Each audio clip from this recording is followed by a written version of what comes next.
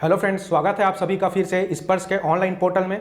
दोस्तों, पिछले वीडियो तक हम वेन डायग्राम के सारे वेराइटीज़ कवर कर चुके हैं और आज के वीडियो में हम प्रैक्टिस सेशन चलाने वाले हैं। अर्थात ज़्यादा एक्सप्लेनेशन मैं नहीं करूँगा क्योंकि मैं ये मान के चल रहा हूँ कि आप सभी को सारी चीज़ें अच्छे से समझ में आ गई हैं। तो आज हम क्या करेंगे, अपना स्पीड टेस्ट करेंगे और स्किल टेस्ट करेंगे, ठीक है। लेकिन प्रश्नों की ओर जाने से पहले मैं पिछले वीडियो में मेरे से हुई एक गलती को सुधारना चाहता हूं। याद कीजिए, जब हम क्वेश्चन प्रैक्टिस शीट का क्वेश्चन नंबर 11 से 14 सॉल्व कर रहे थे, है ना। क्वेश्चन प्रैक्टिस शीट का जब हम 11 से 14 तक सॉल्व कर रहे थे तो उसमें क्वेश्चन नंबर 13 में एक सिचुएशन ऐसा आया था जहां पे मुझे 19 और 7 को क्या करना था, प्लस करना था। ये एक्चुअल में होगा 28, जिसे मैंने भूलवश क्या लिख दिया था, 27 लिख दिया था, ठीक है। मैं भी मानव हूँ, मानव से ही मानवीय त्रुटियाँ होती है। तो कुछ जो स्टूडेंट्स थे उन्होंने मुझसे डाउट पूछा था कि सर क्या ये 27 ही हो गया, 28 होगा।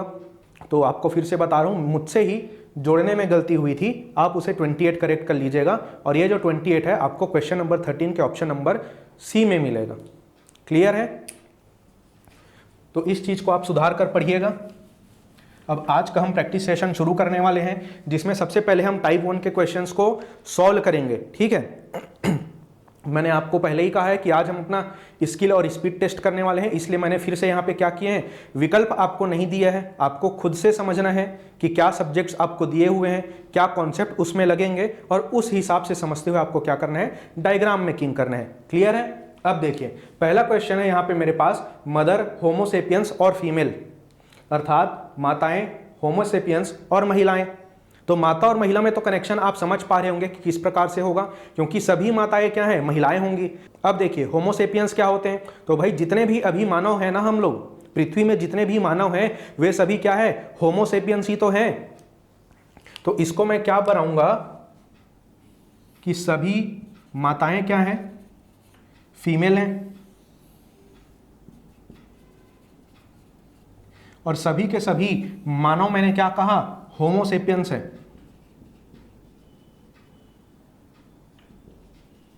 तो इस प्रकार ये हो गया क्वेश्चन नंबर 1, ठीक है। अब जो लोग होमोसेपियंस शब्द को पहली बार सुन रहे हैं, ठीक है, इसका मतलब आपने इतिहास और इंडियन ज्योग्राफी का अध्ययन अच्छे से नहीं किया हुआ है, ठीक है। होमोसेपियंस क्या होते हैं, होमो इरेक्टस कौन थे, नियांडरथल कौन थे, ये सभी जानकारी आपको सामान्यतः इतिहास और भारतीय भूगोल के शुरुआती लेक्चर्स में देखने को मिलता है, ठीक। अगर आपको उसकी जानकारी नहीं है तो आप हमारे YouTube चैनल के प्लेलिस्ट में जाकर या तो इंडियन ज्योग्राफी या तो इंडियन हिस्ट्री का लेक्चर नंबर 1 अवश्य ही देखिएगा। क्लियर है? अब पढ़िए क्वेश्चन नंबर 2 क्या बोल रहा है भाई, इंग्लिश, लैटिन और ग्रीक।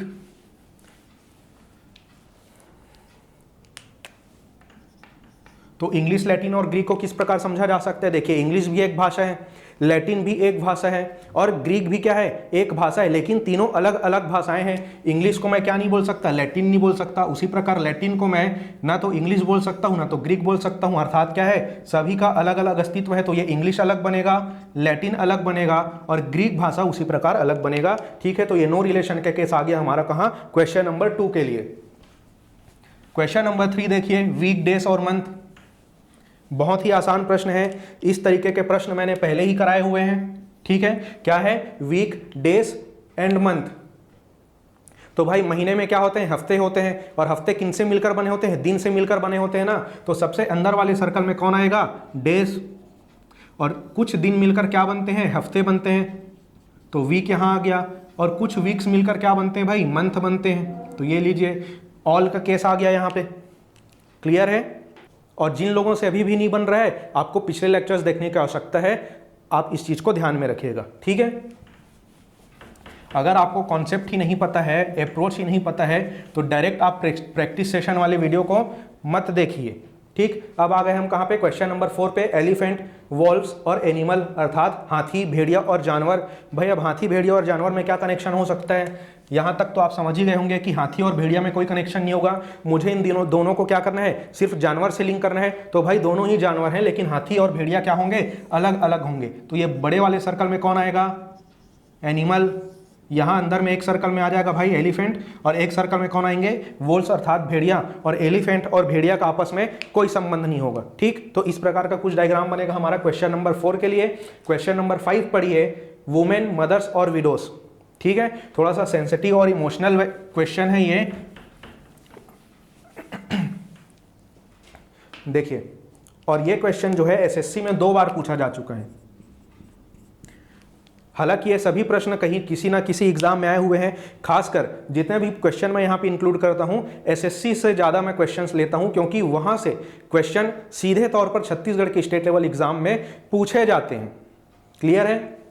देखिए यहाँ पर क्या है, महिलाएं, माताएं और विधवा। ठीक है, मैंने पहले ही कहा था थोड़ा सा सेंसिटिव क्वेश्चन है ये। तो इसका डायग्राम किस प्रकार बनेगा सोचिए। देखिए, जितने भी माताएं हैं और जितनी भी विधवाएं हैं वो सभी तो क्या होंगी, महिलाएं तो होंगी ही। ठीक है, अर्थात वुमेन होंगी। अब देखिए, माता और विधवा में आपको कैसे कनेक्शन बैठाना है। क्या जरूरी है कि सभी की सभी माताएं क्या होंगी, विधवाएं होंगी, या जरूरी है क्या जितनी भी विधवाएं हैं वो सभी माता ही हों? कुछ ऐसे भी होंगे जो पेरेंट्स नहीं होंगे। क्लियर है? तो यहां पे क्या लगेगा, सम का केस लगेगा। ये देखिए, ये बड़ा सर्कल हो गया आपका वुमेन का। इसके अंदर में कौन आएंगी भाई, आपके मदर्स, और इसमें से कुछ ऐसे होंगे जो विडोज भी होंगे। ठीक है, क्वेश्चन नंबर 5 का आंसर आपका क्या होगा, कुछ इस प्रकार से। अब देखिए question number 6, authors, teacher and man. इसको किस प्रकार से बनाया जा सकता है भाई, ऑथर्स अर्थात लेखक, टीचर और मैन। ये हो गया क्वेश्चन नंबर 6। तो ये देखिए, ये क्या है भाई, पुरुष, ये क्या है, टीचर, और इसमें से क्या होंगे, कुछ लेखक होंगे। ये क्या है, मैन, ये हो गए टीचर, इसमें से कुछ हैं ऑथर, और कुछ इसमें से ऐसे होंगे जो तीनों ही होंगे, अर्थात पुरुष भी हैं, वो शिक्षक भी हैं, और वो क्या है, लेखक भी हैं। तो यहाँ पे क्या लगेगा, सभी में पार्शियल अर्थात सम वाला केस लगेगा, और इसका डायग्राम कुछ इस प्रकार बनेगा। तो इसे आप ध्यान में रखिएगा। इस डायग्राम को कैसे रीड करना है, कौन सा सेक्शन, जैसे अगर मैं इसकी बात कर रहा हूँ तो ये सेक्शन मुझे क्या बता रहा है, ये क्या बता रहा है, उसी प्रकार ये दोनों सर्कल का ये कॉमन एरिया मुझे क्या बता रहा है। पहले लेक्चर में मैं सारा चीज़ क्लियर कर चुका हूँ। अगर अभी भी आपको ये लेक्चर समझ नहीं आ रहा होगा तो आप फिर से समझ लिए, आपको क्या है, पिछले लेक्चर्स देखने की अति आवश्यकता है। ठीक है, अब हम बढ़ते हैं क्वेश्चन नंबर 7 की ओर। क्या लिखा है भाई, ऑटोमोबाइल्स, कार एंड मोटरसाइकिल्स। तो ऑटोमोबाइल्स में क्या क्या आते हैं मैं पहले ही आपको बता चुका हूं, तो यह प्रश्न भी काफी आसान होगा आपके लिए। देखिए, कार ऑटोमोबाइल्स होते हैं सभी के सभी। अब कुछ लोग ऐसे हैं जो बोलते हैं भाई अगर 4 पहिया नहीं है तो ऑटोमोबाइल में नहीं आएगा। ऐसा बिल्कुल नहीं है। आपका जो क्या है, मोटरसाइकिल, बाइक जो है ना, वो भी क्या है भाई, ऑटोमोबाइल है। लेकिन कार को मैं मोटरसाइकिल नहीं बोल सकता, मोटरसाइकिल को मैं कार नहीं बोल सकता, दोनों क्या है, अलग अलग हैं। तो ये हो जाएगा क्या, ऑटोमोबाइल। इसके अंदर में एक सर्कल रहेगा किसका, कार का, वैसे ही दूसरे सर्कल रहेगा किसका, मोटरसाइकिल का। लेकिन कार और मोटरसाइकिल में क्या होगा, कोई रिलेशन नहीं होगा। क्लियर है? तो कुछ इस प्रकार से क्वेश्चन नंबर 7 का डायग्राम बनेगा। ठीक, अब आते हैं क्वेश्चन नंबर 8 पर। क्या है, ब्रिक, हाउस और ब्रिज, अर्थात ईंट, घर और पुल। अब सोचिए, ईंट, घर और पुल में क्या हो सकता है। कुछ लोग ऑल का भी केस लगाएंगे यहाँ पे, जो बिल्कुल गलत है ना। और अगर मैं पहले से ही आपको बोल रहा हूं कि ऑल का केस गलत है, तब आपको क्या करना है, तुरंत कुछ दूसरा तरीका सोचना है। यह है भाई क्वेश्चन नंबर 8। अब देखिए, जो लोग भी भाई पूरे के पूरे घर में ईंट समाहित किए हैं ना, आप ये सोचना कि क्या पूरा का पूरा घर ईंट से ही बना है, या ऐसा मैं सोच सकता हूं क्या कि दुनिया में जितने भी ईंटें हैं उसका कार्य क्या है, सिर्फ घरों के निर्माण में यूज होना। ऐसा है क्या, नहीं है ना। तब देखिए इसका कैसे बनेगा। ये हो गया भाई सेंटर वाला क्या, ईंट। ठीक, कुछ ईंटों का इस्तेमाल हम क्या बनाने में करते हैं, पुल बनाने में करते हैं, और कुछ ईंटों का इस्तेमाल हम क्या करते हैं, घर बनाने में करते हैं। ठीक, या देखिए, जरूरी कि नहीं कि सभी पूरा का पूरा जो पुल है उसमें सिर्फ ईंटें ही हों, सीमेंट भी तो होता है। ठीक, उसी प्रकार क्या है, जरूरी नहीं कि पूरा का पूरा घर सिर्फ ईंटों से बना हो। ठीक है, इस सर्कल के अबाउट में अगर मैं इसको रीड करूंगा तो ऐसा बोलूंगा कि पूरे के पूरे ईंटों का इस्तेमाल घर और पुल बनाने में ही तो नहीं हुआ है ना। ठीक है, बहुत सारी चीज़ें बनाई जाती हैं ईंटों से, बहुत सारे कंस्ट्रक्शन काम में उसको यूज़ किए जाते हैं। तो वो एरिया कौन सा है, ये वाला। क्लियर है? अब देखिए question number 9, tennis fans, cricketer और स्टूडेंट। ध्यान से पढ़िएगा, यहाँ पे मैंने लिखा है टेनिस फैंस अर्थात टेनिस प्रशंसक, और यहाँ पे है क्रिकेटर मतलब जो खुद क्रिकेट खेलते हैं, अर्थात क्रिकेट खिलाड़ियों की बात हो रही है, और यह है स्टूडेंट अर्थात छात्र। ठीक, तो यह है कौन सा, क्वेश्चन नंबर 9। तो इसको मैं कैसे बनाऊंगा भाई, कुछ लोग ऐसे होंगे जिसको अलग अलग बना रहे होंगे, वो लोग क्या है अपना स्किल यूज़ नहीं कर रहे हैं। अब देखिए यहाँ पे ये है कौन, क्रिकेटर, ठीक। अब क्या जो एक क्रिकेट खिलाड़ी है वो टेनिस का प्रशंसक नहीं हो सकता क्या? भाई सचिन तेंदुलकर खुद जाते हैं टेनिस ग्रैंड स्लैम देखने, वो भी तो क्रिकेटर हैं, लेकिन वो साथ ही क्या है, टेनिस के प्रशंसक भी हैं, अर्थात टेनिस फैन भी हैं। इसलिए मैं बोला था कि इसको ध्यान से पढ़िएगा, यहाँ पे मैंने टेनिस प्लेयर नहीं टेनिस फैंस लिखा हुआ है। तो इसमें से कुछ क्या होंगे, कुछ क्रिकेटर क्या होंगे, टेनिस फैंस होंगे। अब देखिए इनमें से कुछ ऐसे होंगे जो साथ ही साथ किसी ना किसी चीज़ की पढ़ाई भी कर रहे होंगे, तो यहाँ पे क्या आ जाएंगे, स्टूडेंट, ठीक। फिर से यहाँ पे तीनों सर्कल के बीच में क्या लग रहा है, सम का केस लग रहा है, तो इसको मैं क्या बोलूँगा, अगर इन दोनों सर्कल के अबाउट में रीड करता हूँ तो कुछ टेनिस फैंस ऐसे हैं जो स्टूडेंट हैं। यहाँ पे अगर मैं रीड करूँगा तो क्या बोलूँगा कि कुछ क्रिकेटर ऐसे हैं जो स्टूडेंट हैं। ये वाले को सर्कल को अगर मैं रीड करूंगा तो क्या बोलूंगा, कुछ क्रिकेटर्स क्या है, टेनिस फैंस है। और अगर ये वाले जो कॉमन एरिया की मैं बात करूं तो इसको मैं क्या बोलूंगा, कुछ क्रिकेटर ऐसे हैं जो टेनिस फैंस तो हैं ही, लेकिन साथ ही क्या है, स्टूडेंट्स भी हैं, ठीक है। तो कुछ इस प्रकार से आपको क्या करना है, डायग्राम रीडिंग करना है। अब आते हैं भाई टाइप 1 का हमारा अभी का प्रैक्टिस का अंतिम क्वेश्चन, क्वेश्चन नंबर 10। क्या लिखा हुआ इसमें, anti social, pick pocketers and blackmailers. Anti social का अर्थ होता है असामाजिक तत्व। अब देखिए पिक पॉकेटर्स मतलब पॉकेट मार, चोर बोल सकते हो आप इनको, है ना।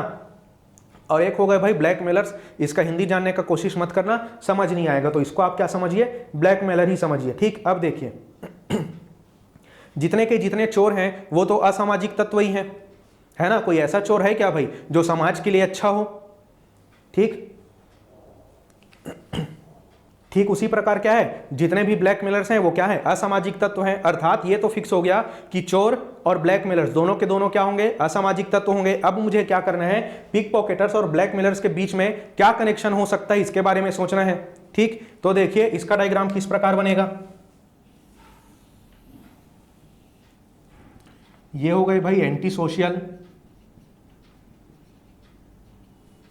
यहां पे एक डायग्राम आ गया किसका, पिक पॉकेटर्स का। अब देखिए कुछ चोर ऐसे होंगे जो क्या होंगे, ब्लैकमेलर्स भी होंगे, अर्थात दो अवगुण होंगे उनमें, हो सकते हैं ना।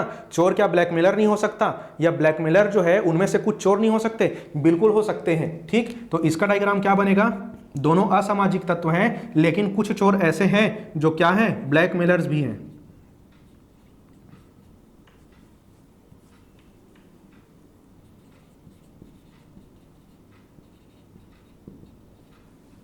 ठीक। तो कुछ इस प्रकार बनेगा, फिर से बता रहा हूं आपको, चोर क्या है, असामाजिक तत्व हैं, और जो लोग सामाजिक तत्व बोल रहे होंगे ना भाई चोर को, समझ लेना आप लोग मनी हाइस्ट के बहुत ही क्या कट्टर वाले फैन हो चुके हैं, लेकिन ऐसा नहीं है।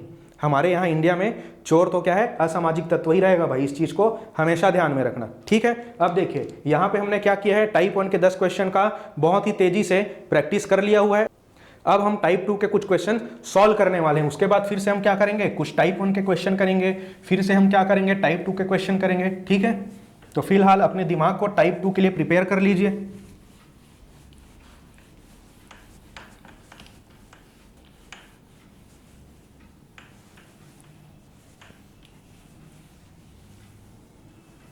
दोस्तों तो यहाँ पर मैंने टाइप 2 के प्रैक्टिस के लिए आपके क्वेश्चन प्रैक्टिस शीट का ही क्वेश्चन नंबर 20 से 24 तक का प्रश्न लिखा हुआ है, ठीक है।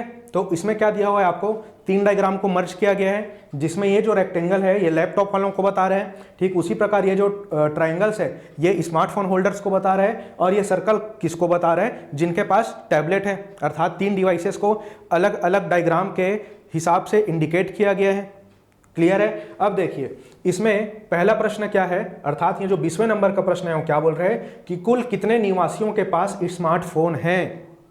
फिर से इंग्लिश वाले देखिए, how many resident owns smartphones. यहां पे ये नहीं बोल रहा है कि केवल स्मार्टफोन वाले कितने हैं, क्या बोल रहा है, कुल कितने निवासी हैं जिनके पास स्मार्टफोन हैं। तब मैं क्या करूंगा, फिर से ये जो स्मार्टफोन के ट्राइंगल के अंदर में जितनी भी संख्याएं हैं इन सब को क्या करूंगा, ऐड कर दूंगा। तो देखिए 16 और 22 कितने होंगे भाई, 38 और 11 कितने होंगे, 49, और 49 और 15 कितने होंगे आपके, 64। तो इस प्रश्न के लिए मेरा आंसर क्या हो जाएगा, 64।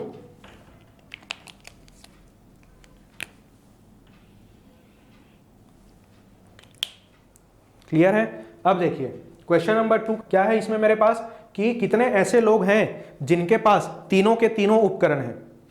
ठीक, तीनों के तीनों उपकरण हैं, अर्थात ऐसी कौन सी संख्या है जो तीनों डायग्राम में कॉमन रूप से मौजूद है। ठीक, तो वो संख्या कौन सी है भाई, ये 11। देखिए ये लैपटॉप के रेक्टेंगल में भी है, ये स्मार्टफोन वाले ट्रायंगल में भी है, और ये जो टैबलेट वाला सर्कल है उसकी बाउंड्री के अंदर भी है। अर्थात 11 वही संख्या है जो क्या बताता है, ऐसे लोग जिनके पास तीनों उपकरण हैं।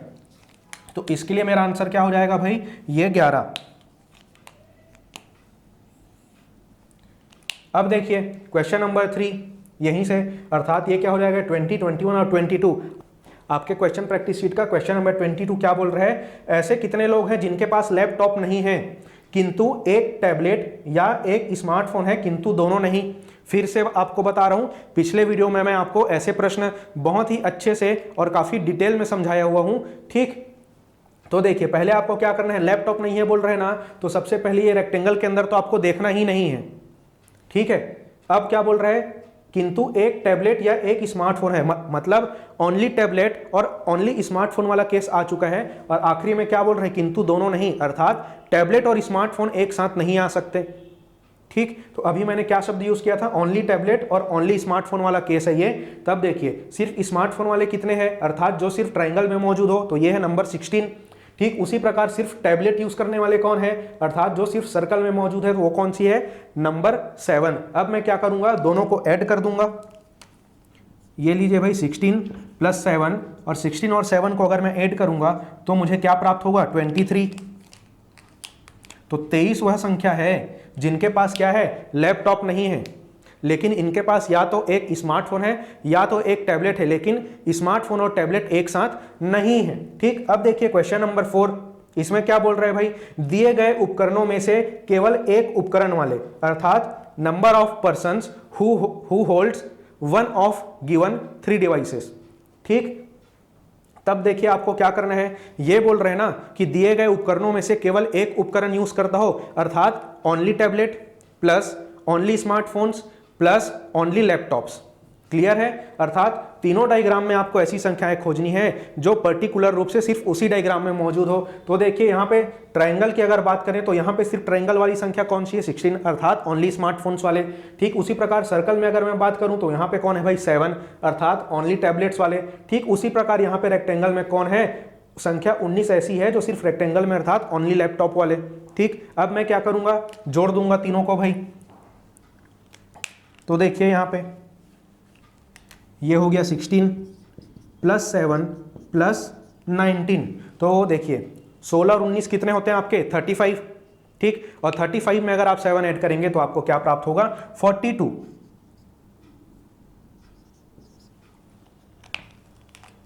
तो इस प्रश्न के लिए 42 मेरा आंसर है। अब एक प्रश्न और बचा रह गया है जिसे मैं यहां पे नहीं लिख पाया हूं। तो ये प्रश्न है, how many residents have at least 2 of 3 devices, अर्थात क्या बोल रहे हैं, कितने लोग ऐसे हैं जिनके पास कम से कम 2 डिवाइसेस हैं।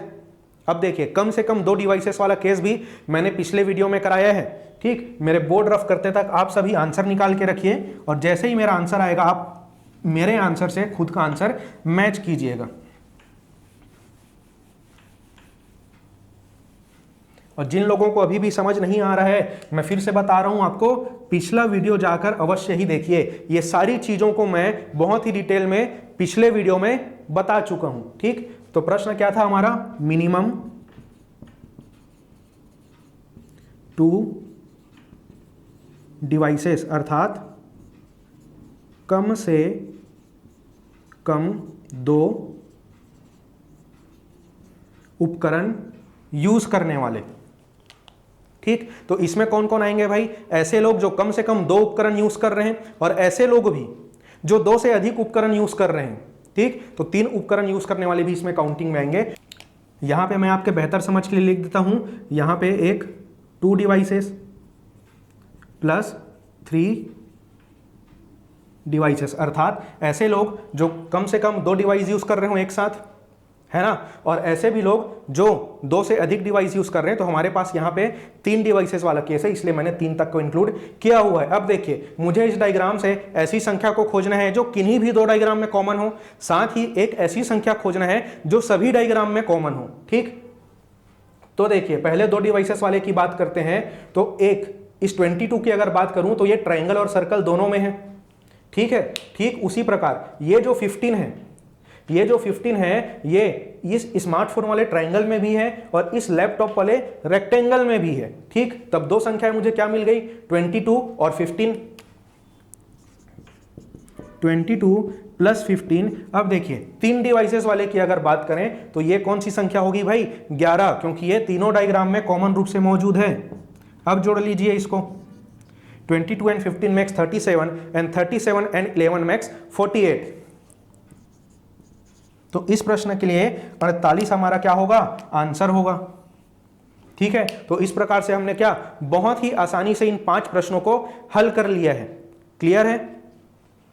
अब हम टाइप 2 के कुछ और प्रश्न करने वाले हैं, उसके बाद फिर से टाइप 1 के प्रश्न करेंगे। तो जितने लोग सोच रहे होंगे ना कि अभी तक हमें सारी चीज आ गई होगी, अभी आपके सामने और नए प्रश्न आने वाले हैं, तो इसीलिए वीडियो को अंत तक देखिएगा।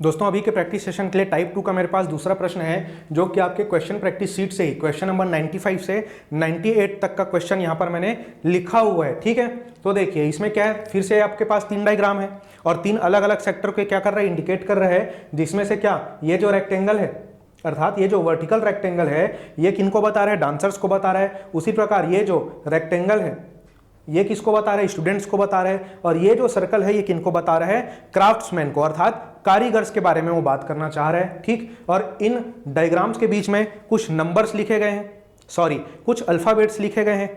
क्लियर है। अब देखिए अल्फाबेट्स और नंबर में दिक्कत क्या होती है, आपके जो प्रश्न में विकल्प दिए रहेंगे ना एग्जाम में, उसमें इंग्लिश वाले सेक्शन में ABCD लिखा रहेगा। वो क्या होंगे, आपके विकल्प के क्रम होंगे, 1 2 3 4 जैसे होते हैं ना, वैसे ही ABCD होंगे। लेकिन यहाँ पे क्या है, नंबर नहीं है, अल्फाबेट्स है, अर्थात ऑप्शन ABCD सबके सामने फिर से क्या लिखे रहेंगे, अल्फाबेट्स लिखे रहेंगे। तो जब भी आप ऐसे प्रश्नों को एग्जाम हॉल में हल करेंगे तो OMR शीट भरते समय बहुत ही अच्छे से ध्यान दीजिएगा कि कहीं विकल्प को पढ़ के आप OMR ना भर लें। क्लियर है मैं क्या कहना चाह रहा हूँ। अभी आप प्रैक्टिस शीट में जब ऑप्शंस को देखेंगे ना और सही आंसर लाने के बाद उसमें टिक करने की कोशिश करेंगे, आपको समझ आ जाएगा कि मैं क्या कहना चाह रहा हूँ। यहाँ तक तो ये बात हो गई। अब बढ़ते हैं प्रश्नों की ओर। तो यहाँ पर देखिए इस डायग्राम पे बेस्ड यहाँ पे पहला प्रश्न है, ऐसे छात्र जो कारीगर हैं परंतु नर्तक नहीं है, अर्थात students who are craftsman but not dancer. अब देखिए यहाँ पे क्या बोल दिया, ये डांसर नहीं हो सकते, तो आपको क्या करना है भाई, ढक देना है इसको। मैंने पहले ही कहा है ना, जो जिस डायग्राम में आपको फोकस नहीं करना है वहां पे सीधे सीधे उंगली रख दीजिए। अब देखिए ऐसे कारीगर जो छात्र हैं वो कौन होंगे, बी होंगे ना, क्योंकि इस रेक्टेंगल और सर्कल में कौन कॉमन है, ये बी। तो इस प्रश्न के लिए मेरा आंसर क्या हो गया भाई, बी।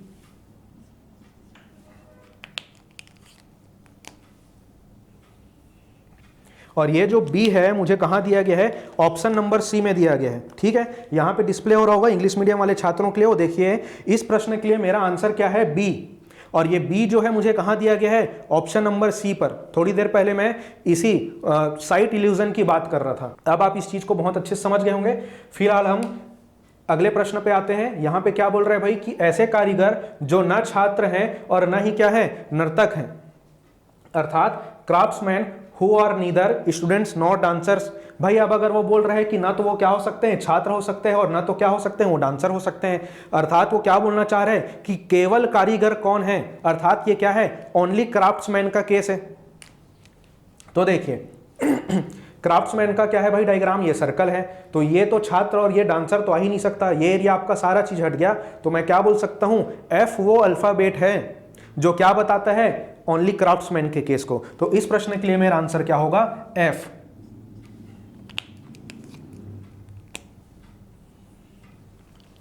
ठीक है, और F मुझे कहाँ दिया गया है, ऑप्शन नंबर बी पर।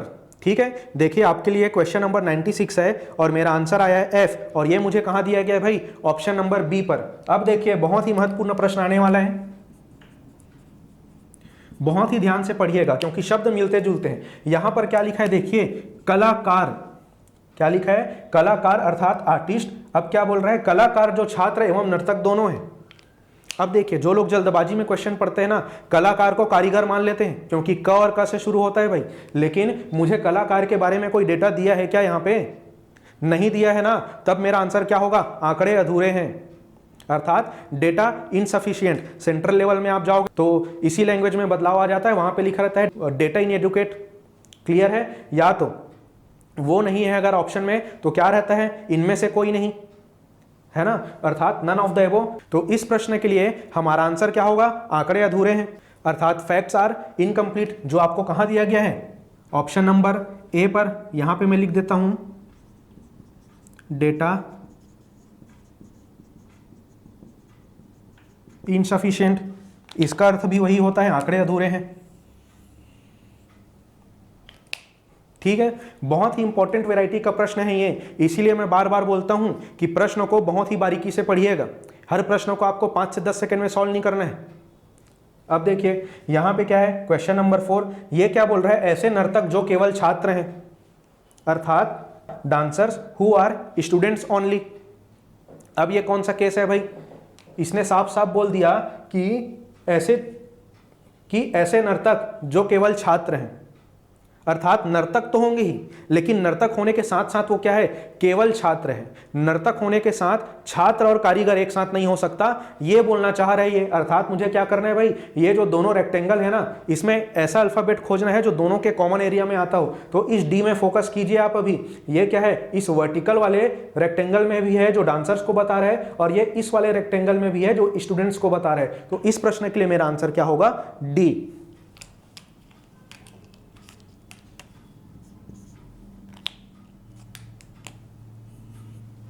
ठीक है, और ये जो आंसर डी है ये मुझे कहां दिया गया है, ऑप्शन नंबर ए पर। क्लियर है, तो ऑप्शन नंबर ए को आप क्वेश्चन नंबर 98 के लिए अपने शीट में मार्क कर लीजिएगा। क्लियर है। अब देखिए टाइप 2 के हमने क्या कर लिए हैं, 2 क्वेश्चन बहुत अच्छे से सॉल्व कर लिए हैं, और मैं आपको पहले ही बता चुका हूं कि ये जो हमारा प्रैक्टिस सेशन है इसमें हम रैंडमली क्वेश्चंस को सॉल्व करने वाले हैं। तो अब फिर से हम क्या करेंगे, टाइप 1 के कुछ क्वेश्चंस करने वाले हैं। तो आप फिर से अपने ब्रेन को टाइप 1 के मोड में एक्टिवेट कर लीजिए।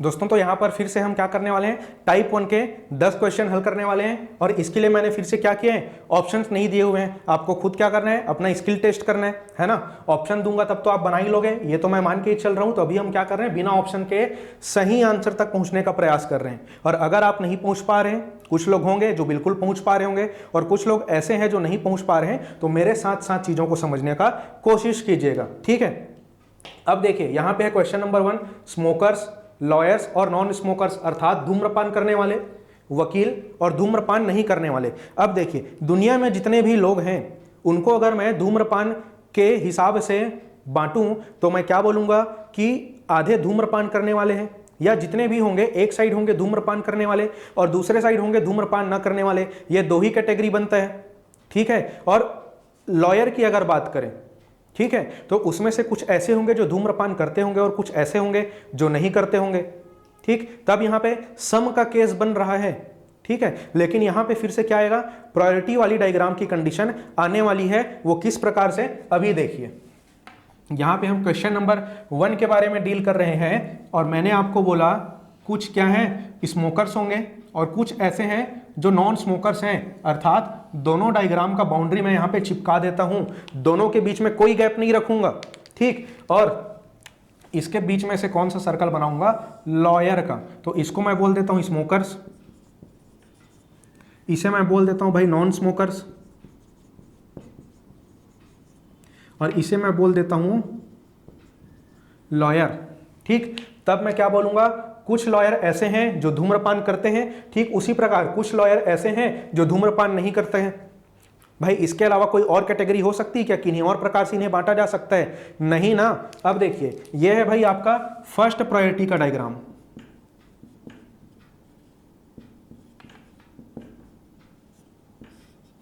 फर्स्ट प्रायोरिटी का डायग्राम कहने का अर्थ यह है कि अगर आपके विकल्प में यह डायग्राम आपको दिखा तो इसी उत्तर को आपको क्या करना है?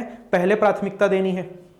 ठीक, अब ये अगर नहीं रहा तो कौन से डायग्राम के बारे में सोचना है? तो मैं पहले भी आपको बोला था कि ये क्या है, सम का केस है, कुछ धूम्रपान करते हैं और कुछ नहीं करते हैं। तो आपको तो पता ही है ना कि सम का डायग्राम कैसे बनाते हैं, तो वो बनेगा कुछ इस प्रकार। ये हो जाएंगे भाई कौन? लॉयर्स। यहां जाएंगे स्मोकर्स और यहां जाएंगे कौन? Non smokers. ठीक है, तो ये क्या होगा? आपका सेकंड प्रायोरिटी का डायग्राम होगा। क्लियर है? अब देखिए क्वेश्चन नंबर 2 क्या है भाई हमारे पास? Human beings, teachers and graduates, अर्थात मानव, शिक्षक और स्नातक। अब देखिए इसका डायग्राम क्या हो सकता है? भाई दोनों के दोनों तो क्या है? मानव है, ये बात तो कंफर्म हो गई। अब टीचर और ग्रेजुएट्स के बीच में क्या कनेक्शन हो सकता है? क्या जरूरी है कि सभी के सभी टीचर्स क्या हों? ग्रेजुएट्स हों, या जितने भी ग्रेजुएट्स हैं वो क्या है? टीचर हैं। ऐसा संभव है क्या? यह है भी कि नहीं, आपको सोचना है। जिन लोगों ने डायग्राम बनाया है मेरे डायग्राम के साथ में अभी मैच कीजिएगा। देखिए पहला लाइन मैंने थोड़ी देर पहले क्या कहा था कि टीचर और ग्रेजुएट कौन है? सभी मानव हैं। भाई टीचर भी इस दुनिया में कौन है? मानव है। और ग्रेजुएशन भी कौन करेगा? मानव करेगा ना। तो सबसे बड़े वाले सर्कल में कौन आ जाएंगे? Human beings.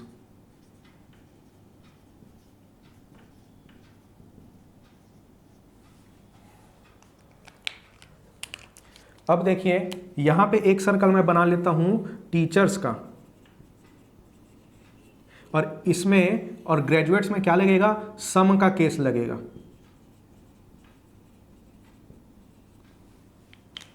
अब देखिए आप कहेंगे सर जितने भी टीचर्स पढ़ा रहे हैं वो तो ग्रेजुएट होंगे तभी तो उनकी टीचिंग में नौकरी लगी होगी, लेकिन ऐसा नहीं है भाई। अगर मैं टीचर बोल रहा हूं तो सिर्फ ये जो एजुकेशनल इंस्टीट्यूट में टीचिंग का काम करते हैं वही नहीं है।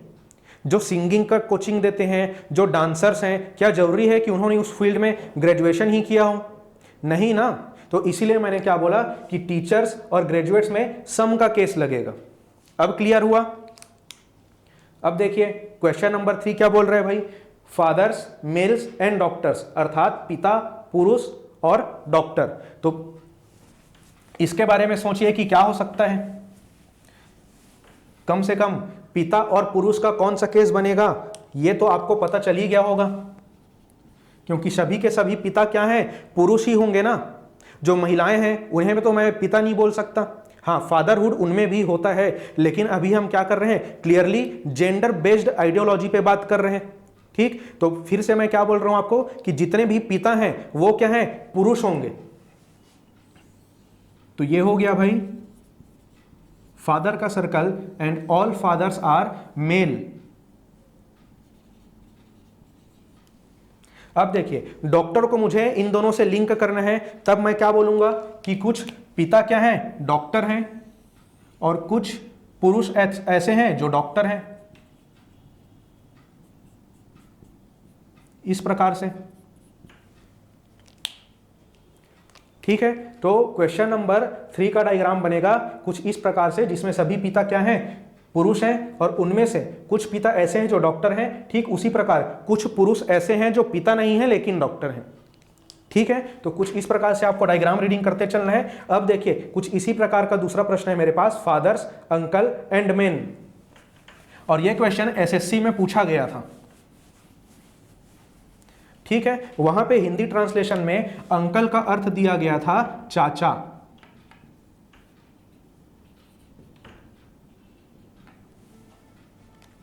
ठीक, अब देखिए पिता, चाचा और पुरुष।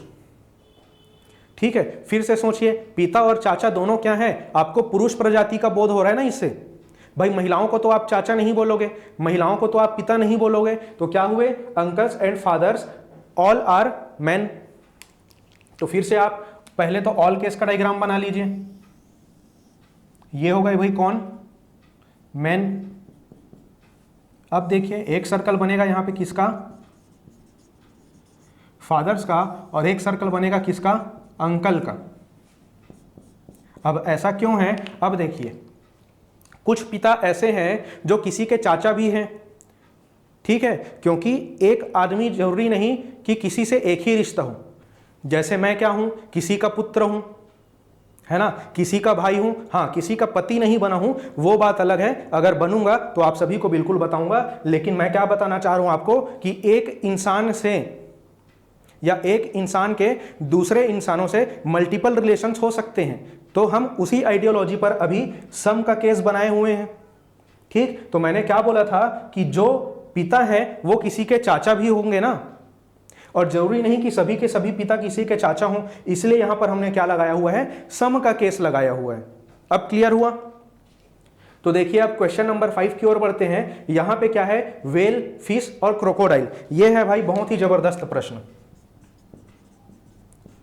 और ये क्वेश्चन किसी ना किसी सेंट्रल लेवल के एग्जाम में एक बार पूछा जा चुका है, और बहुत ज्यादा संभावना है कि आगामी सीजीपीएससी और सीजी व्यापम के परीक्षाओं में ऐसे प्रश्न पूछे जाएंगे, ठीक है। तो बहुत ही ध्यान से समझते चलिएगा।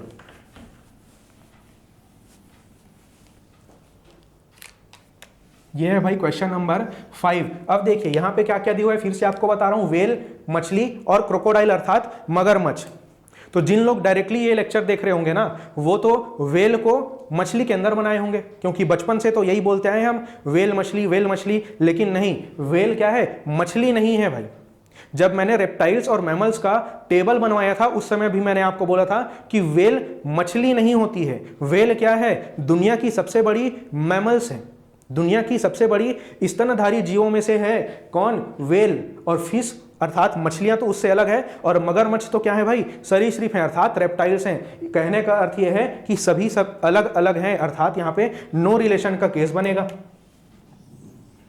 ठीक है। तो यहां पे मुझे 3 सब्जेक्ट दिए गए हैं, तीनों सब्जेक्ट अलग अलग सर्कल में आएंगे। यहां पे W अर्थात वेल, एक सर्कल में आएगा F फॉर फिश, और एक सर्कल में आएगा क्रोकोडाइल्स, ठीक है। तो ये बहुत ही इंपॉर्टेंट प्रश्न है, ठीक है। अगर आप मेरे साथ साथ नोट्स बना रहे होंगे, और बनाना भी चाहिए, क्योंकि ये कुछ ऐसे प्रश्न हैं जो आपके नोट्स में भी इंक्लूड नहीं है, जो आपके शीट में भी इंक्लूड नहीं है, और जो आपको टेस्ट में भी देखने को नहीं मिलेंगे।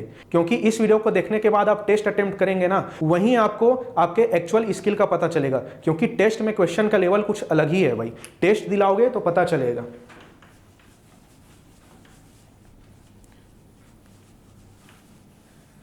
अब देखिए क्वेश्चन नंबर 6 क्या बोल रहा है, प्रोफेसर, रिसर्चर एंड साइंटिस्ट, ठीक है। प्रोफेसर, रिसर्चर और साइंटिस्ट, कहने का अर्थ यह है, क्या तीनों में कोई रिलेशन हो सकता है, या तीनों में से किन्हीं 2 का रिलेशन हो सकता है क्या, या तीनों अलग अलग हैं, ठीक।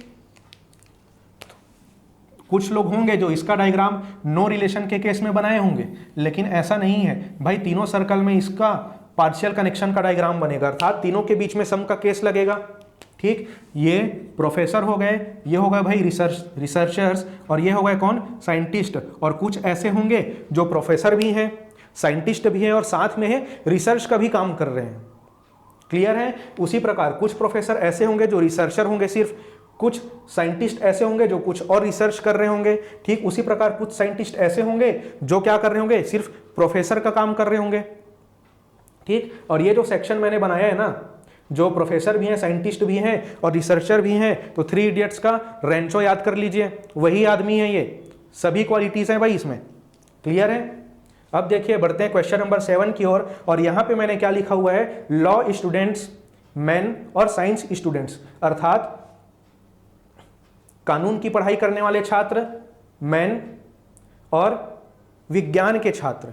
तो इनमें क्या कनेक्शन हो सकता है, क्या सम का केस लगेगा, या ऑल का केस लगेगा, या साथ में नो रिलेशन का भी केस आएगा भाई। देखिए ये है क्वेश्चन नंबर 7। पहली बात तो मैन का सर्कल मैं बना लेता हूं,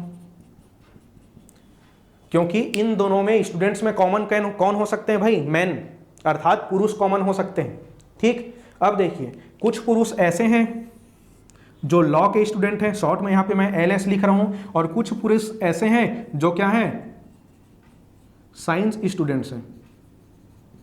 ठीक, तो इस प्रकार यहां पे क्या लगेगा, सम का केस लगेगा, लेकिन साइंस और लॉ दोनों अलग ही स्ट्रीम है, इसलिए दोनों का कोई कनेक्शन नहीं होगा। ठीक, तो इन दोनों के बीच क्या आ गया, नो रिलेशन का केस आ गया। तो ये जो है आपका क्वेश्चन नंबर 7 के लिए सबसे बेस्ट विकल्प है। ठीक, अब देखिए क्वेश्चन नंबर 8, ये भी बहुत थोड़ा सा ट्रिकी क्वेश्चन है और बहुत ही इंपॉर्टेंट क्वेश्चन है, एसएससी में यह क्वेश्चन पूछा जा चुका है।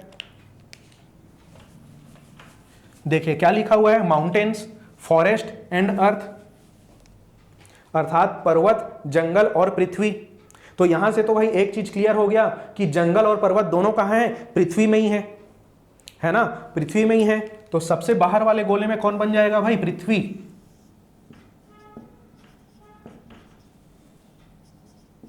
यह है क्वेश्चन नंबर 8। एक सब्जेक्ट को मैं क्या कर चुका हूं, क्लेरिफाई कर चुका हूं। अब मुझे यह देखना है क्या माउंटेन और जंगल में कोई रिलेशन हो सकता है क्या, या माउंटेन अलग रहेंगे और जंगल अलग रहेंगे। कभी कभी होता है, जब क्लास में भी मैंने इस प्रश्न को कराया था तो बहुत से बच्चों ने पर्वत और जंगल को अलग अलग किया था, लेकिन क्या भाई ऐसा पॉसिबिलिटी नहीं है कि एक बहुत विशाल जंगल में पर्वत हों और उन पर्वतों में भी पेड़ पौधे हों। बिल्कुल हो सकता है ना। ठीक उसी प्रकार कोई ऐसा विशालकाय पर्वत होगा जहां पे जंगल की भांति पेड़ पौधे होंगे, बिल्कुल हो सकता है। ठीक, तो पर्वत और जंगल के बीच में क्या लगेगा, सम का केस लगेगा। ठीक, तो एक सर्कल को आप क्या मान लीजिए, माउंटेन अर्थात पर्वत, और दूसरे को आप मान लीजिए फॉरेस्ट अर्थात जंगल। ठीक, अब देखिए 9वां प्रश्न है मेरे पास भाई, पेट्रोल, फ्यूल और लिक्विड। बहुत ही बेहतरीन प्रश्न है। सोचिए, पेट्रोल, ईंधन और लिक्विड अर्थात द्रव, इसमें क्या कनेक्शन हो सकता है। ठीक है, अब देखिए पेट्रोल क्या है भाई, एक फ्यूल है। ठीक है, सभी पेट्रोल क्या है, फ्यूल है। और पेट्रोल जो है कौन सी स्टेट में पाया जाता है, तो लिक्विड स्टेट में ही तो होता है ना पेट्रोल। रोज गाड़ियों में भरवाते होगे। हाँ, अभी तो बहुत ज्यादा प्राइस हाई है तो थोड़ा सा घूमना कम कर दिए होगे, वो बात अलग है, लेकिन कभी ना कभी तो निकलोगे पेट्रोल डलवाने। तो मैंने क्या बोला, पेट्रोल फ्यूल भी है और वो लिक्विड भी है। यहां से तो एक सब्जेक्ट के आधार पर मैंने बाकी 2 से कनेक्शन बैठा लिया। अब मुझे क्या सोचना है, क्या दुनिया में सिर्फ एक पेट्रोल ही फ्यूल है, और भी तो फ्यूल होंगे ना। ठीक, उसी प्रकार क्या दुनिया में जितने भी फ्यूल हैं क्या वो सिर्फ लिक्विड स्टेट में है, सॉलिड या सेमी सॉलिड स्टेट में नहीं है। भाई कोयला भी तो क्या है, एक ईंधन है, क्या वो लिक्विड स्टेट में है, नहीं है ना। तब मैं क्या बोलूंगा, देखिए कुछ फ्यूल ऐसे हैं जो लिक्विड हैं, इसको मैंने क्या बोला, ईंधन। और मैं क्या बोल रहा हूं, कुछ ईंधन ऐसे हैं जो लिक्विड हैं, लिक्विड है अर्थात लिक्विड फॉर्म में पाए जाते हैं। और पेट्रोल को मुझे लिंक करना है तो पेट्रोल क्या है भाई, सभी पेट्रोल क्या है, ईंधन ही है, और सभी के सभी पेट्रोल क्या है, लिक्विड स्टेट में ही होते हैं। तो इन दोनों का जो कॉमन एरिया है यहां पे मैं क्या बनाऊंगा, पेट्रोल। ठीक है, अब देखिए, अब यहां पे कंप्लीट हुआ मेरा ये डायग्राम। फिर से आपको बता रहा हूं, कुछ ईंधन ऐसे हैं जो लिक्विड स्टेट में है, लेकिन यहां पे हमें एक सब्जेक्ट दिए गए हैं पेट्रोल, जो क्या है, सभी के सभी पेट्रोल ईंधन है, और ये जो पेट्रोल है वो लिक्विड स्टेट में ही पाया जाता है। ठीक, तो इसलिए मैंने क्या किया, दोनों के कॉमन एरिया में पेट्रोल को पूरी तरह से निरूपित कर दिया। ठीक, तो इस डायग्राम को और साथ ही इसका एक्सप्लेनेशन नोट कर लीजिए। क्लियर है, क्योंकि मैं आपको पहले ही बता चुका हूं कि ये ऐसे प्रश्न हैं जो ना तो आपको नोट्स में मिलेंगे और न ही आपके क्वेश्चन प्रैक्टिस शीट में मिलेंगे। अब हमारे पास एक अंतिम प्रश्न है टाइप 1 का, और इसके लिए आपका क्या करेगा, थोड़ा सा मैथमेटिक्स और जनरल नॉलेज का डिमांड करने वाला है यहाँ पे। तो यहाँ पे क्या है, ट्राइंगल्स अर्थात त्रिभुज, ये लिखा है भाई राइट एंगल ट्राइंगल अर्थात समकोण त्रिभुज, और ये लिखा है स्केलेन ट्राइंगल अर्थात विषम बाहु त्रिभुज। ठीक है, अब सोचिए, अच्छा यहां से एक चीज तो क्लियर हो गया कि ये जो समकोण त्रिभुज है और ये जो विषम बाहु त्रिभुज है, दोनों के दोनों क्या है, त्रिभुज हैं। तो सिर्फ आपको क्या सोचना है कि इन दोनों में कोई कनेक्शन हो सकता है क्या। अच्छा, जो लोग मैथ्स बैकग्राउंड के नहीं हैं या 10th के बाद जिन्होंने मैथ्स नहीं पढ़ा है, उसके लिए मैं आपको बता देता हूं कि जो समकोण त्रिभुज है अर्थात राइट एंगल ट्राइंगल, वो क्या होता है? जब त्रिभुज में कोई भी एक कोण क्या बन रहा हो, 90 डिग्री का बन रहा हो, तब मैं क्या बोलूंगा? समकोण त्रिभुज। ठीक उसी प्रकार अगर मैं विषम बाहु त्रिभुज की बात करता हूं,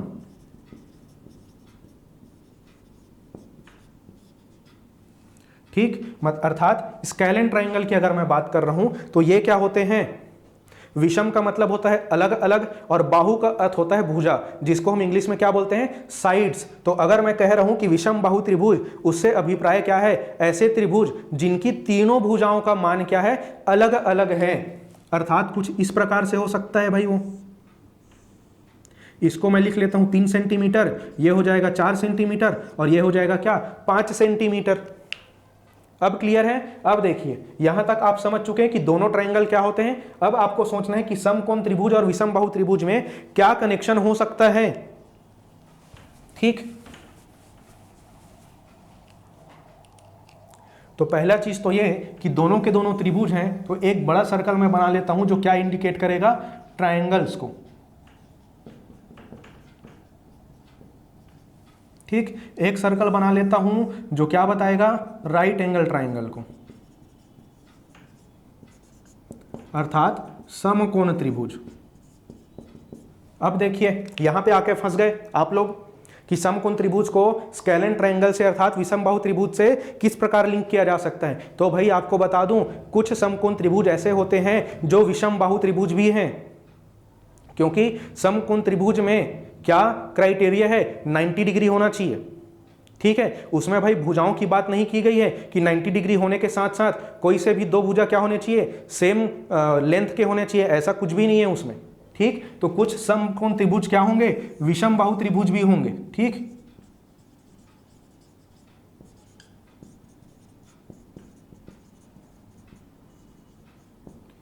तो ये एरिया क्या बता रहे हैं? कुछ ऐसे त्रिभुज जो समकोण त्रिभुज भी हैं और विषम बाहु भी हैं, और दोनों के दोनों क्या है? ट्रायंगल है। इसलिए इन दोनों के साथ मैंने ऑल के केस का डायग्राम बना दिया यहां पे।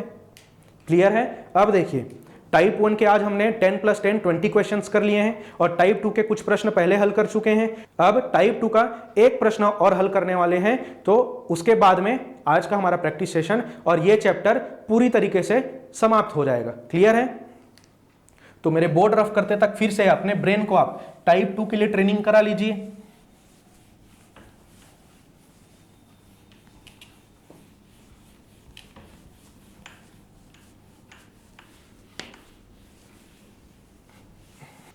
तो दोस्तों आज के प्रैक्टिस सेशन का हमारे पास अंतिम प्रश्न है, और वो कौन सा है? टाइप 2 का। ठीक, तो यहां पे 3 सर्कल्स को मर्ज किया गया है, जिसमें से प्रत्येक सर्कल क्या बताता है? एक सर्कल है भाई उर्दू बोलने वाले, दूसरे हैं कौन? हिंदी बोलने वाले, और तीसरा सर्कल क्या बता रहा है? संस्कृत बोलने वाले लोगों को बता रहे हैं। ठीक, और यहां पे कुछ संख्याओं को यहां पर दिया गया है, और इसी पर आधारित क्या है? हमारे पास ये 3 प्रश्न बनाए गए हैं, और इस प्रश्न में मैं आपको बता दूं एक नया चीज आपको और सीखने को मिलेगा। ठीक है, तो प्रैक्टिस सेशन को मेरे साथ साथ करने का आपका यही फायदा है कि हर बार आप कुछ ना कुछ सीखते रहेंगे, और सबसे इंपॉर्टेंट क्या है? भाषा शैली को पकड़ना एग्जाम में। ठीक, तो देखिए पहला प्रश्न क्या है यहां पे? केवल हिंदी व संस्कृत। ठीक, अच्छा एक चीज आपको बता दूं कि ये जो क्वेश्चंस मैंने लिए हुए हैं, ये हैं भाई आपके क्वेश्चन प्रैक्टिस शीट के क्वेश्चन नंबर 28 से 30। क्वेश्चन प्रैक्टिस शीट के क्वेश्चन 28 से 30। ठीक, तो इसी में क्या है? आपकी शीट में 28वां प्रश्न, जिसे मैंने यहां पे पहला लिखा हुआ है, वो है केवल हिंदी व संस्कृत। ठीक, अर्थात persons who speak Hindi and Sanskrit only. अब आप बोलोगे सर आपने तो सिर्फ एक भाषा वाला मतलब ओनली सिंगल सब्जेक्ट का केस बताया था। ठीक, फिर यहाँ पे तो आपको 2 सब्जेक्ट दिए गए हैं, उसमें भी ओनली का केस लगा हुआ है, तो इसको कैसे सॉल्व करेंगे? ठीक, अब मैं आपको बताता हूँ। यहाँ पे देखिए 2 सब्जेक्ट जरूर दिए गए हैं, हिंदी और संस्कृत, और सामने लिखा हुआ है केवल, अर्थात सिर्फ हिंदी और संस्कृत को ही हम फोकस करेंगे। देखिए हिंदी, संस्कृत और उर्दू भी है ना, उसमें भी हिंदी और संस्कृत इंक्लूड है। है ना, बिल्कुल। लेकिन यहाँ पे क्या बोल रहे हैं, केवल हिंदी व संस्कृत, हिंदी और संस्कृत के साथ में उर्दू नहीं आ सकता, ये रिस्ट्रिक्शन है इसमें। और इस प्रकार आपको इस प्रश्न का अर्थ निकालना है। तो अब देखिए हिंदी व संस्कृत वाले कौन है भाई, तो ये हो गया हिंदी का सर्कल, ये हो गया संस्कृत का सर्कल, और केवल हिंदी और संस्कृत को कौन बताएगा, ये जो नंबर है 6 ये बताएगा। तो इस प्रश्न के लिए मेरा आंसर क्या होगा, 6।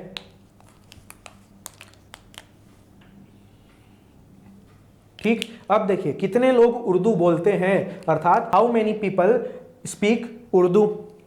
अब यहां पे आपको सीधे ही बोल दिया भाई कि कितने लोग उर्दू बोलते हैं, ऐसा नहीं बोल रहे हैं कि कितने लोग केवल उर्दू बोलते हैं, अर्थात ओनली उर्दू का केस तो आपको नहीं बोल रहे हैं ना, सिर्फ यही पूछ रहे हैं कि कितने लोग उर्दू बोलते हैं। अर्थात उर्दू के सर्कल में जितनी भी संख्याएं हैं वे सभी क्या होंगे, काउंट में आएंगे, क्योंकि जो भी संख्या दी गई है वो तो उर्दू बोल रहे हैं ना, चाहे उर्दू के साथ वो हिंदी बोल रहे हो या उर्दू के साथ वो संस्कृत के भी जानकार हो या तीनों भाषाओं के भी जानकार हो, लेकिन हमें किससे मतलब है, उर्दू से। तो उर्दू का रिक्वायरमेंट इनमें भी पूरा हो रहा है।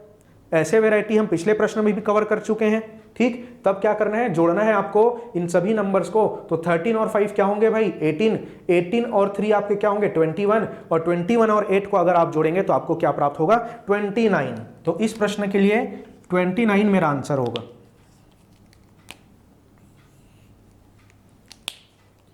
अब देखिए बहुत ही सरल प्रश्न आपको दिया हुआ है। जनरली ऐसे ही प्रश्न परीक्षाओं में पूछे जाते हैं, और परीक्षाओं को टफ बनाने के लिए आपको ऐसे प्रश्न भी दिए जाते हैं। फिर आप लोग निकल कर बोलते हो कि सर परीक्षा में बहुत ही कठिन प्रश्न पूछे गए थे इसलिए हमसे बना नहीं। भाई आपने पढ़ा नहीं था उसको, इसीलिए आपसे नहीं बना। ऐसा नहीं था कि ये क्वेश्चन कंपटीशन से बाहर था। और ऐसे प्रश्नों को आप अगर छोड़ते हुए चले जाएंगे ना, तो आपका नाम भी फाइनल मेरिट लिस्ट से छूटता चला जाएगा। इस चीज को आप ध्यान में रखिए। फिलहाल हम अपने प्रश्न पे आते हैं, कितने लोग सभी तीनों भाषाएं बोलते हैं, अर्थात how many peoples speak all 3 languages.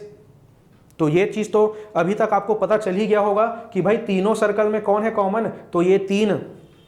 तो इस प्रश्न के लिए 3 मेरा आंसर होगा। ठीक है, तो दोस्तों यहां पर ये चैप्टर पूरी तरह से क्या होता है, कंप्लीट होता है। अब आप किसी भी बुक को फॉलो करते हो या क्वेश्चन प्रैक्टिस शीट में किसी भी प्रकार का आपको डाउट हो, तो आप हमें बेझिझक संपर्क कीजिए। मैं हर वीडियो में बोलते जा रहा हूं कि आप हमसे डाउट पूछिए, हमसे संपर्क कीजिए, लेकिन अभी तक डाउट पूछने वालों की जो संख्या है ना, बहुत ही कम है। ठीक उसी प्रकार टेस्ट दिलाने वालों की संख्या भी बहुत कम है। भाई अगर आपने ये वीडियो देखा, उसके बाद प्रैक्टिस शीट बनाया और खुद को टेस्ट करने के लिए आपने सब्जेक्ट का टेस्ट नहीं दिया ना, या चैप्टर का टेस्ट नहीं दिया, तो कोई मतलब नहीं है आपके पढ़ने का।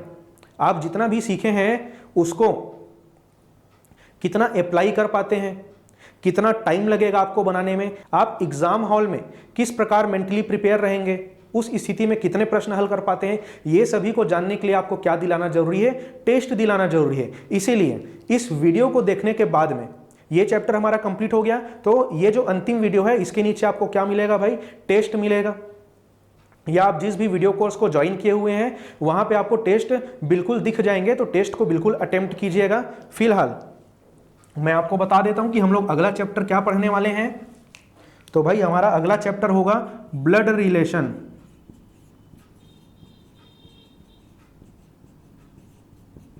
अर्थात रक्त संबंध।